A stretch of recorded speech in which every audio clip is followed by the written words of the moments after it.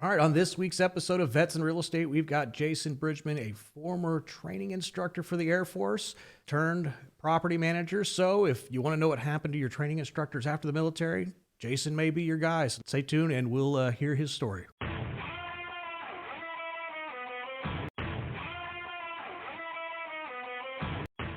All right. Well, Jason, thank you so much for joining us this week and willing to share your story. You'll be the first property manager we've had on here. So if you don't mind, what in the hell does a property manager actually do? What is that? So when you look at the perspective of property management, you've got, it's multifaceted, right? You could go from residential, single family residential, multifamily.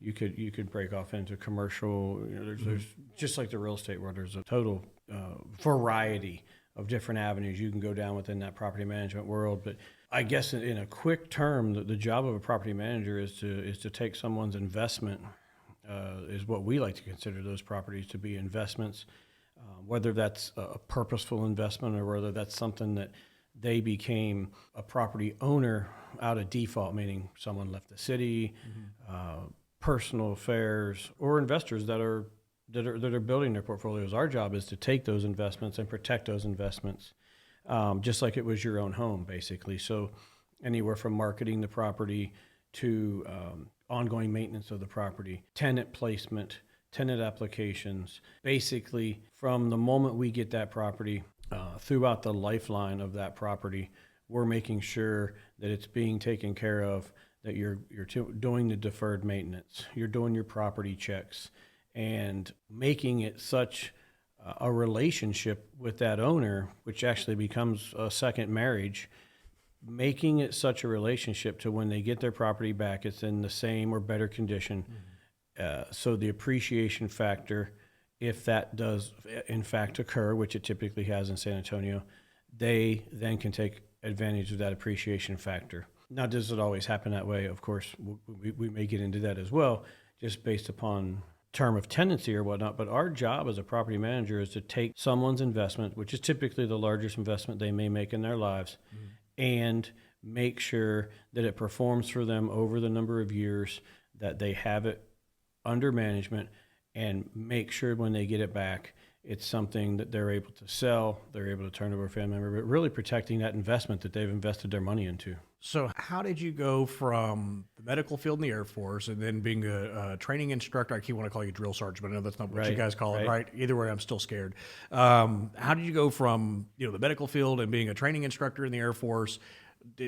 Were you investing while you're in the service and just said, screw it, I'm tired of my property manager, I want to do it? Or how did you decide to make that transition? So I was down at Lackland, Okay.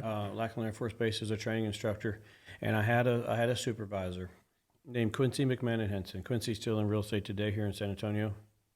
And doing my instructor life for 6 years, and at about 4 years into that training instructor job, Quincy came to me and she said, Jason, you need to get into real estate.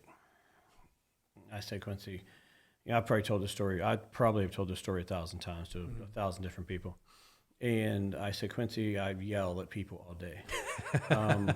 We're turning civilians into soldiers. We're taking an everyday young man or woman off the street and teaching them how to be a productive member of the United States military. I said, I don't know anything about real estate, and I really don't care about it. I don't want to do that. So a few weeks later, she rolled up to our squadron in an Escalade, and we were the same rank. And I was like, all right, I know what I make as a tech sergeant, and I know what you make as a tech sergeant, and how are you driving an Escalade? So she kept prodding me in that direction, and I don't know if that was because she saw something in me, obviously, that she felt that was something that I could do. But my goal was I was going to stay in the Air Force as long as I could. If I could have been in the Air Force for 30 years, that was my goal. But over time, she wore on me, and back then, you could actually take 4 classes. You could go to Sabre. That was almost 24 years ago. You could go to Sabre, take 4 classes on a Friday, Saturday, and Sunday, take your test, and get your real estate license. Oh, wow. So okay. She goes, I'll give you the next 4 weekends off if you go get your license. Oh, wow. And I said, well, what's it going to cost me? I think back then it was probably somewhere around $700 all in. I took the next 4 weekends. I got my real estate license. and went with the company Pam Callie's, which is still here in town. Pam has a little brokerage called New Home Realty. Okay. So I got licensed, started with Pam and Quincy over there. They showed me the ropes, and about a year in, we got into a situation to where they were doing the forced drawdown, the forced reduction. And I got to the point as an instructor, because I could only stay there so many years since it was special duty. It was either go back and be a paramedic, cross train and go do something else. I was in San Antonio. Wife was here. We loved it here. And 2 years in real estate, they offered me 80% of my retirement at just under 15 years in the military. And right about that time, I had told my Captain Thomas, I said, if I make more money next year in real estate part-time than I have in the Air Force, I'm getting out. He said, you'll never do it. He goes, you're not getting out. And it just worked out. And when I first got out, I had a good friend that worked for Continental Homes, which is now D.R. Horton Homes. Obviously, it was a huge shock factor to me because I was used for 15 years of my life of the military life. The first and the 15th. Right. Yeah. You're like, okay, I'm leaving. And that really don't set in until you do leave and you don't get that check on the 1st and 15th. But I've always been good to where if I back myself into a corner, you've got one option, right? And then that comes into, if you're broke, you really only have one option. Right. So I made the decision and left. I went initially, had my license, initially went over and started working at KB Homes, which ended up being the best thing I ever did in my real estate career. I went to KB Homes and I learned the sales process of how homes are sold, meet, greet, overview, qualify. I learned the whole process. KB Homes has an amazing program at that time, probably still do. I learned the construction process of homes in San Antonio. So I learned that from the ground up. And eventually went to Armadillo Homes, worked for them, did some work for Armadillo in Houston, came back to San Antonio, and I was selling homes out in Bernie at Bernie Heights for Centex Homes. And one day, a gentleman by the name of Tom Harris walked in, and Tom was with Remax, and he said, why are you sitting in this garage every weekend? And I said, I'm making $250,000 a year sitting in this garage every weekend. And that kind of wore on me because then we had our child Cadence, and I was working every weekend. So Tom convinced me to go over to Remax, and I went to Remax. Spent 8 years over there with Ron and Kate Tate at the time. Okay. And it's funny because I just ran into Ron 2 days ago. I did my first contract. My first contract to go work for a real estate broker with Ron Tate and Bernie at Chili's on a napkin. So then I got into real estate and started out in general real estate, was doing buyer sellers, and 06 hit, and we had all our cards on the table, and lost most of those cards. And I looked at my wife and I said, what can we do at this point in time to ensure that we have residual income for the rest of our life?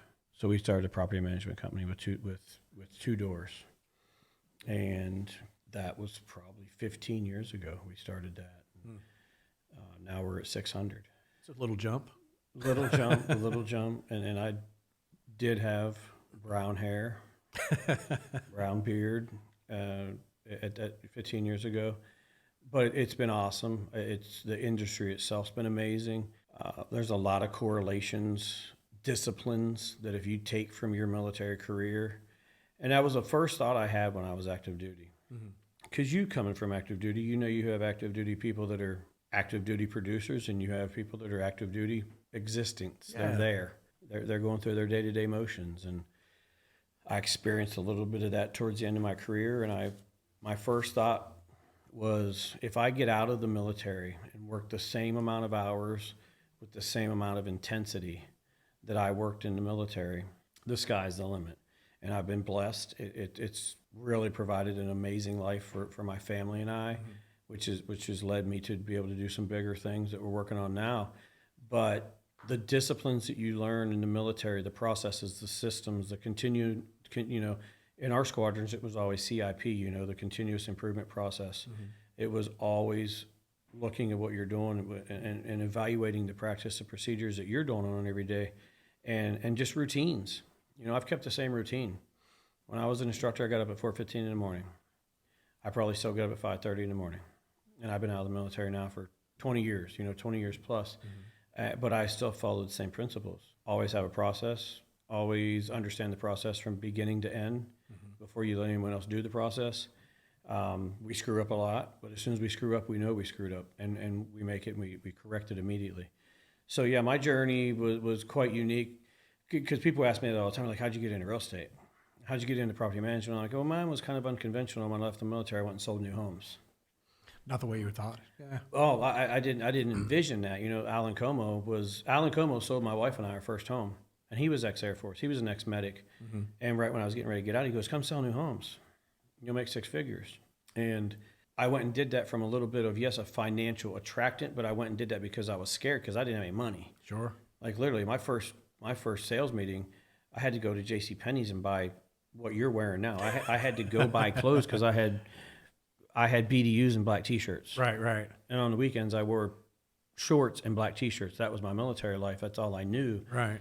So I went into the new home sales direction just because of I wanted something to get me an income coming in. But then what happened with that is it taught me the process. Like, it taught me everything that I needed to know about selling homes, building homes, how they're built in Texas, why they're built in Texas. I mean, when you talk about slump samples, just everything that goes in, slump samples, post-tension slabs, rebar slabs, plumbing, all of that stuff came from the new home sales industry. And I didn't know it at the time, but then when I went out on my own into general real estate, I was able to pass that knowledge on to clients and go, oh no, look, this is how this home's built. This is why this home's built. This is, how they look at the topographies. So I would have never envisioned the time that I spent in new home sales would have given me the education that would have now today, if a property owner asked me a question about a property, there's not really much that I don't know about a property.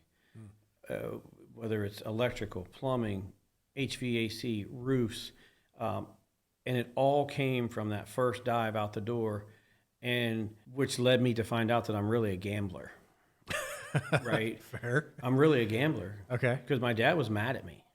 He goes, you're taking this early out, you're taking this early retirement, but you could stay for this, and then you got your full retirement. And so I rolled the dice, and I gambled, and I just worked like hell. I just worked every day, and still do to this day. I work 7 days a week. Right. And I'll have time to sleep when I die is my mantra. I'm like, when I die, I'll have time to sleep. And it's proven to be very successful. So I know it's a long answer. No, it's good. But it went quickly. But now my wife's been a real estate agent for 22 years. She works with buyers and sellers. She's on the Neil team. So it's weird that's now our whole universe. Right. But we have an amazing team. We have 12 people probably here in the States. We have virtual assistants to help us out with property management. But we've created a process that I think is pretty good. And it's the sky's still the limit in my world. The sky's still the limit because there's always room for potential growth. And so that's my day-to-day life now. So was there anything that specifically came from the military that you think that made you better at property management? Or because you obviously grew 600 doors, is it, for those that aren't aware, I mean, a lot of property management companies around there will have 100, 200 doors or so, and that's kind of where they top out. They don't grow. There's only a handful of companies, at least in San Antonio, that get to that point where they're 500 plus doors, 600 doors, 1,000 doors. I mean, it becomes a very small kind of percentage of companies that can even scale that large. I would imagine, you could probably tell me better, the vast majority of them are 50 doors or less. Was there anything that came from the military that absolutely kind of set you apart and allowed you to grow that side or gave you a better insight? Well, the military really taught me lots of things. Obviously, the military taught me lots of things, but what it really taught me is that business and life is about relationships, right?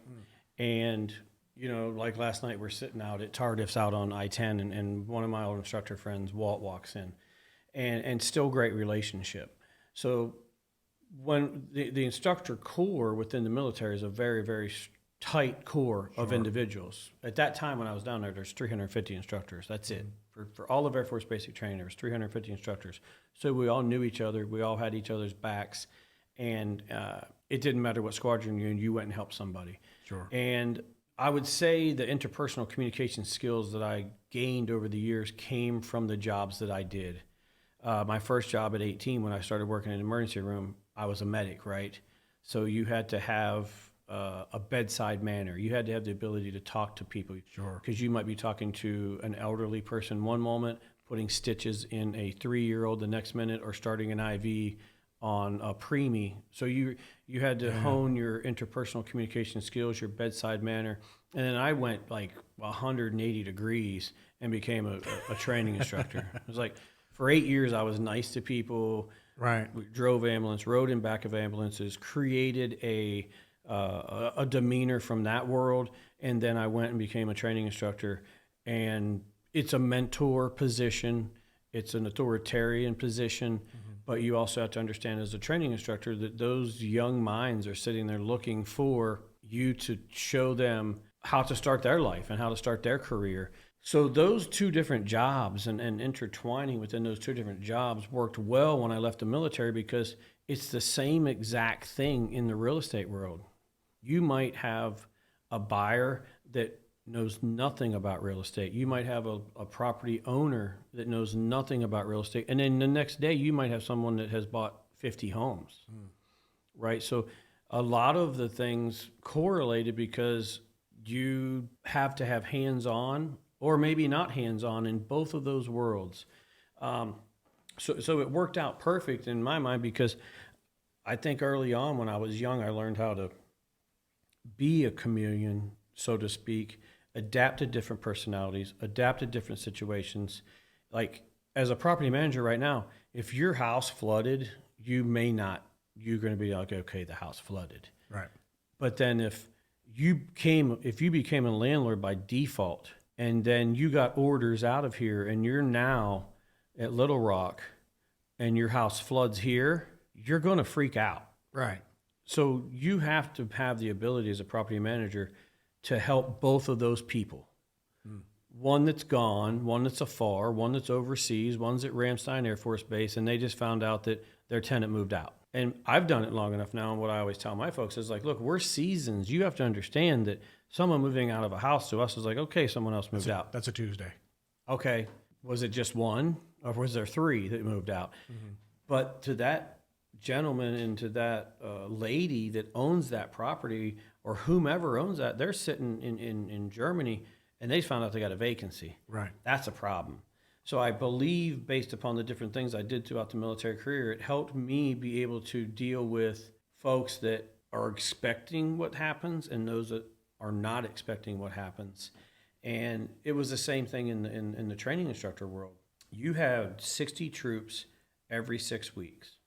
And out of those 60 troops, you had one that was used to being yelled at home. You had one that came from a single family at home. You had one that had never been yelled at. You had kids that had never ran. You have kids that had never done PT. And then you had kids that were triathletes. So you had to figure it out pretty quickly. Okay, if I yell at that person, they're just going to shut down. If I yell at this person, they're going to be like, okay, whatever, So being able to figure out how to deal with different personalities as an instructor, I think it helped me tremendously get into where I'm at today. And then now, being almost a year into owning my own bar, I have to have really, really good interpersonal communication skills. I can imagine that's been a fun transition too. Yeah, so it's funny the way life works out. But I tell everybody today, I grew up in a small town in Ohio. I have a high school diploma. I would not be anywhere today without joining the United States Air Force. I would not be. I'd still be back in that town. God love everybody that's still back there. Still got a lot of family back there. But if it was not for the U.S. Air Force and me going in there, I would not be where I'm at today.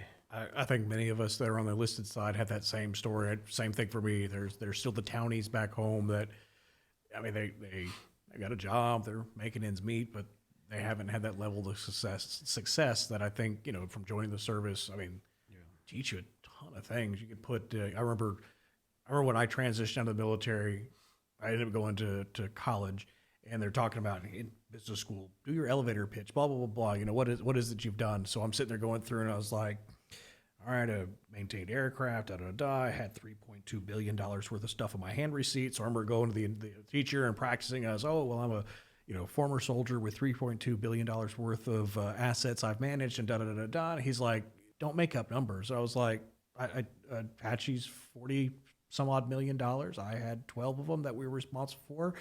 I walked through the math, and he's like, you had $3.2 billion. You're in your 20s. I was like, yeah, that's the level of responsibility. Now, we can't keep a hot plate in our barracks room, right? That's a different story. They don't trust you with that, right? But you're trusted with the lives of other people and billions of dollars of military equipment. You don't get that elsewhere, or at least not that young.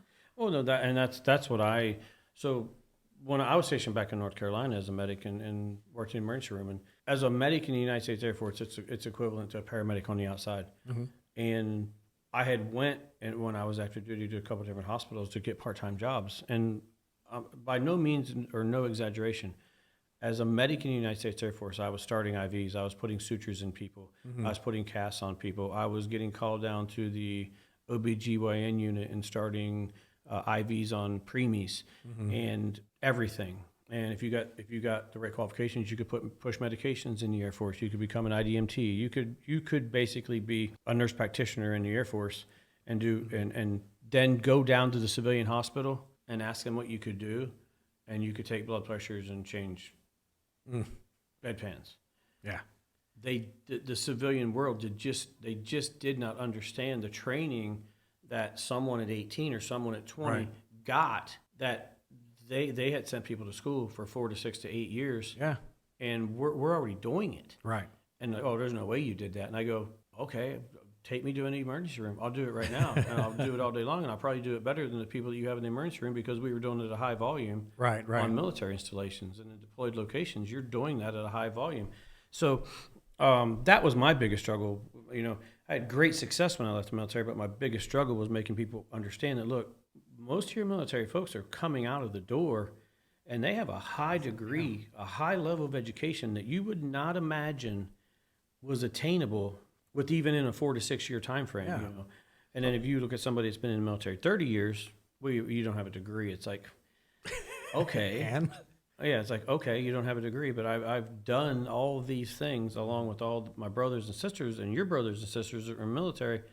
They leave, and there is a lot of cross-correlation things that happen and different things that you can do when you leave and go back into the civilian population. But, this is a totally different pitch, but companies and corporations and real estate offices, if they're undervaluing what a soldier is coming out of the military with, they're making huge mistakes. And I completely agree with you. I think some of that struggle, though, is when we come out of the military, we can't communicate.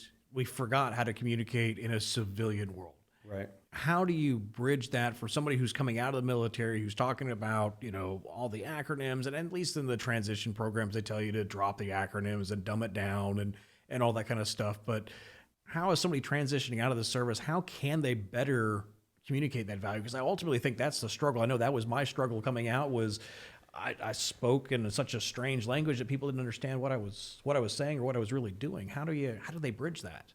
I think that's hard because I've been out for over 20 years, mm-hmm. and people still tell me that I walk around like I'm in the military, and I'm like, well, it's kind of ingrained in you, right? They say they do the transition program. I can't think of the name of it when you leave the military. They do TAP, Transition Assistance Program. TAP program. They do the TAP program. I don't know if it's any better now than when it was when I left. I hope it is. I laugh that when I went through mine, it literally was a sergeant major that was in uniform 3 weeks beforehand, just took the job and was teaching us how to get a job in the civilian world. I'm like, 3 weeks ago you were in uniform and you're telling me how to dress like a civilian and how to go apply and get a civilian job? Like there's nothing here. The best thing that anyone can do, in my honest opinion, the best thing anyone can do that's leaving the military is find a brother or sister that has left, because it's happened with me. Lots of my old colleagues from the military have left. Find someone that's in the industry that you want to be in and beg them or ask them. 99 times out of 100, they're going to do it. Have them be your mentor. I mean, I can list off. I can list off names of people that have left the military, and I've shown them the way of how to get into real estate. And I think that's your best option. Yeah. And it could be whatever you want to do. You could want to go sell cars. You could want to go sell Harley Davidsons. Anything you want to do, find you someone that did what you've done. Because I don't know of a civilian program that you can go out there and they go, hey, this is how you stop blousing your trousers every day and shining your boots, and this is how you get up in the morning. And because, you know, that's a struggle. Yeah. That's a huge struggle. A lot of folks get out. And I've got a buddy, Dave, that got out, and he got into real estate. My buddy Pete got out, and Pete's still in real estate. Pete has a property management company now as well. Pete's killing it. Pete's company's killing it. But Pete and I worked together for 8 years, 16 hours a day. Right. And he did the transition. Another buddy of ours, Dave, could not go 2 weeks without. He had to have a paycheck every 2 weeks, right? And I was like, no, can't do it. You know, I can't wait on that commission. Can't wait on whatever. Right. So there's some folks that it's going to work for, and there's some folks it's not going to work for. But lean on the folks that are in particularly this profession. If you know someone that's in real estate, I got friends that are, my buddy Sam Sparks is in Colorado. Sam's got out. He's doing real estate now in Colorado. He's killing it. Yeah. Get with folks that have already done it. Yeah. And just like you did in your military career, you picked good, bad, and in different things that all of your supervisors did, and then that became you as a soldier, right? Right. Do the same thing. Get around a group of real estate folks that are prior military and find the good, the bad, and the indifferent of how they run their business. Take all those pieces and make yourself your own career in real estate. And I don't want this to sound like there's no civilians that understand us, but because there's lots of, there's lots of folks that I've worked with over the last 25 years in real estate that get it. They understand us. They know how to speak the language of, of prior military folks, and right. My brain goes back to Kevin, right? Like, okay, if Kevin Crawford. Yeah. If you were his first civilian supervisor, you're going to have a very, very diverse management style, because he comes from a very specialized field of the military, right? And you're not going to talk to him the same way you would talk to me or to you or to. So there's lots of folks out there that have been great civilian mentors as mine as well. But I think the easiest way to transition is what did we call it back in the day? You got to have a buddy. You've got to be a buddy system. Yeah. To help you get out of that military routine. If not, you could become a statistic. And my goal was I didn't want to work 9 to 5. I'm like, look, I've worked 4 a.m. to 10 p.m. Yeah. I don't want to do this anymore. So I always say it. Hopefully Quincy sees this one day, and Pam Cowley sees it. They took me from being a military member, Quincy and Pam did, and taught me how to become a real estate agent. Without those two, I probably wouldn't be here today. I tell Quincy that all the time. I call her mom. She's like my second mom. But without those two individuals' guidance, because I still remember when I did my first real estate contract. Mm-hmm. And I did my first real estate contract. I sold an $84,000 house in Big Country, if you know where Big Country is at. So Big Country is over 1604, close to Highway 90 and 1604. It's an old KB home community over there. I got my first buyer, met this older lady at HEB, got my first buyer, $84,000 house. If we could find one of those today, we'll all buy them. And looked at the house, got inspections done, got everything done, put the contract together, and faxed it over to. You're showing your age now. I faxed it over to Roland Flores with Century 21. And about 20 minutes later, I get a call from Roland. He goes, "Hey, I'm missing the third-party financing addendum. I'm missing the seller's disclosure, and I'm one other document." You're like, the fax ate it. And I go, I think it's still on the fax. So I call my clients, run back to their house, get them filled out, take it back, fax it back to them. And I'm like, 20, 25 years ago, the fax machine sometimes could be your excuse. Yeah. I think. So, it's been a fun journey, but the number you meet in this industry, the number of people you meet in this industry is amazing. Yeah. And I would be remiss not to explain the difference, which there is a significant difference between being a general real estate agent and being a property manager. How so? The difference is the majority of real estate transactions are transactional based. Okay. Meaning you may see that person again, or you may never. Mm-hmm. You may have a 90-day relationship with them, sell their house or help them buy a house or condo or apartment or whatever that type of arena that you're in. You may sell them something and they may become a client for life, or you may never see them again.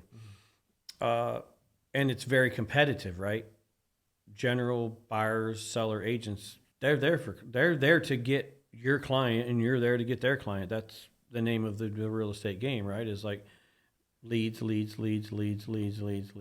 Specifically in San Antonio, the property management industry is not a straight competition industry. When I got into this, I leaned on Brian Birdie, Kevin Knight, Wilson, Hoppy Cantwell, Stephen Foster. Those individuals, Hoppy's wife, Celine, they took me in and they mentored me and helped me understand that we're all a big team. There's more properties in this city than all of us could ever manage. Mm-hmm. There's no sense fighting about it. Let's concentrate on making San Antonio a city that is known for having good property management companies. Mm. We bounce best practices, worst practices off of each other, vendor pools, just what can we do to have a city that has better property management companies? What can we do that? That's unique because that's definitely a pie's bigger mindset, right? Where I think I can truly see on the residential or even the commercial brokerage side, it's mine. Where you guys are all collectively trying to make the pie bigger. And that was a cultural change to me too, right? Mm-hmm. It was like when I was working with buyers and sellers, it could be cutthroat, right? It could be pretty brutal to be looking for clients, and it's different. It's different in property management. I think if you called 99 out of 100 property managers in here, they would tell you the same thing. They would go, look, it's for the collective good of the community that property managers do what they do. And because it's just like, if one of us is doing something bad, it can make all of us look bad. And, not saying we don't standardize anything. We're not doing anything that colluding with each other, but it is a relationship of property managers that goes, hey, that didn't really work for me. This worked great for me. Mm-hmm. This got my owner, or this got my investor a far better return than doing it this way. So different types of things like that, right? Or, hey, this individual is an amazing contractor. And I've had some of my contractors for 10, 15 years mm-hmm. that have worked for us. So it's, the main point that I wanted to say was there was a lot of folks within this industry of property management that helped me tremendously to get to where I'm at today. And I've tried to do the same thing with different people. I've helped David over the years out in Bernie. And just, if you have a question, you can usually call a property manager and they're going to help you. That's good. Right? Like Brian Birdie's the encyclopedia of property management. And if I got a problem, I call Brian. I would call Kevin Knight in the past before Kevin passed. Kevin, Brian, Wilson, Hoppy, all of them. Mm-hmm. If you got something going on and you call one of those individuals, we're going to answer and we're going to try to help each other out. Because it only makes all of us a bigger, stronger team. So it's a little bit of a different world. And the second aspect of that is when I say you may never see your clients again, or you might. you hopefully have a client for life as a general real estate agent. I have one portfolio I manage that has 75 doors, and we've managed them for 12 years. It's a long time. Yeah. Right? So You're not joking about being married.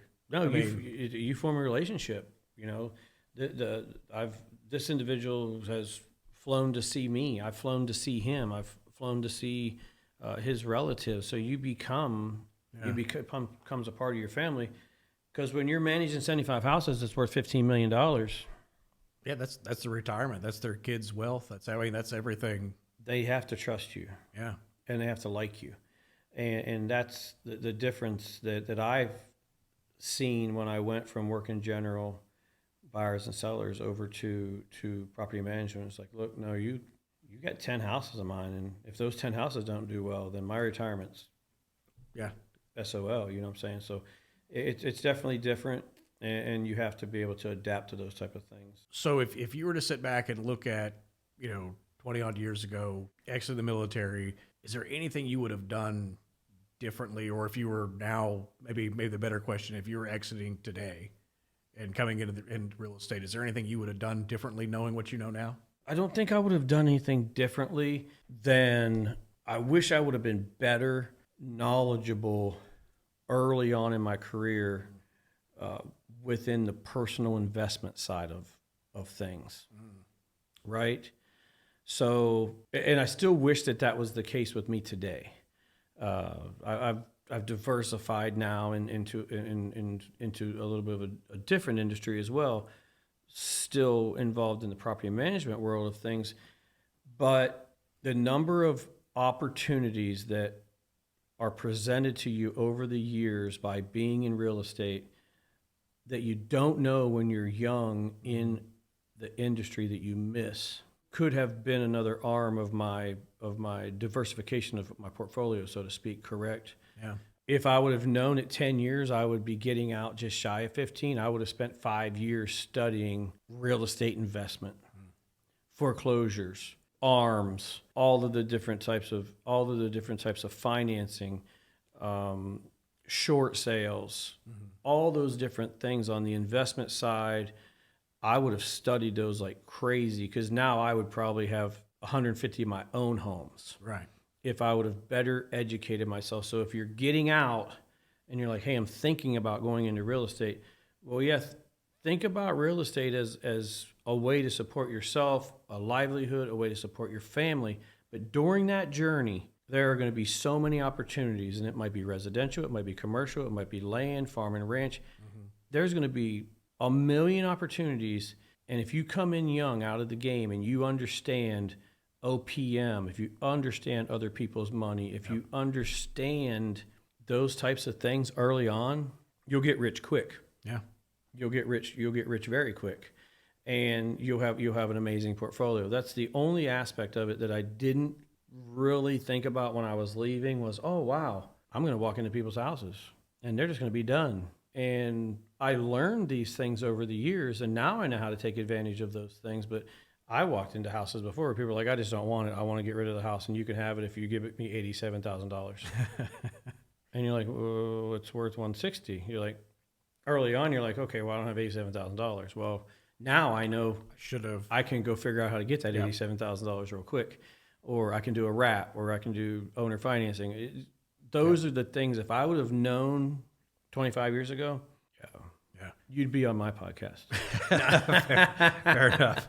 Well, Jason, I appreciate your time on this one, and we probably could have gone on for hours. We didn't even talk about the business, and we didn't talk about any of that as well. So we probably could have gone on forever. But so we appreciate the time, and I don't know, we'll get you to come back on another one, and we talk about the other side of things. There's a lot of great things. So thank you so much for your time and your service as well. Appreciate you. So appreciate it. Thanks, Will.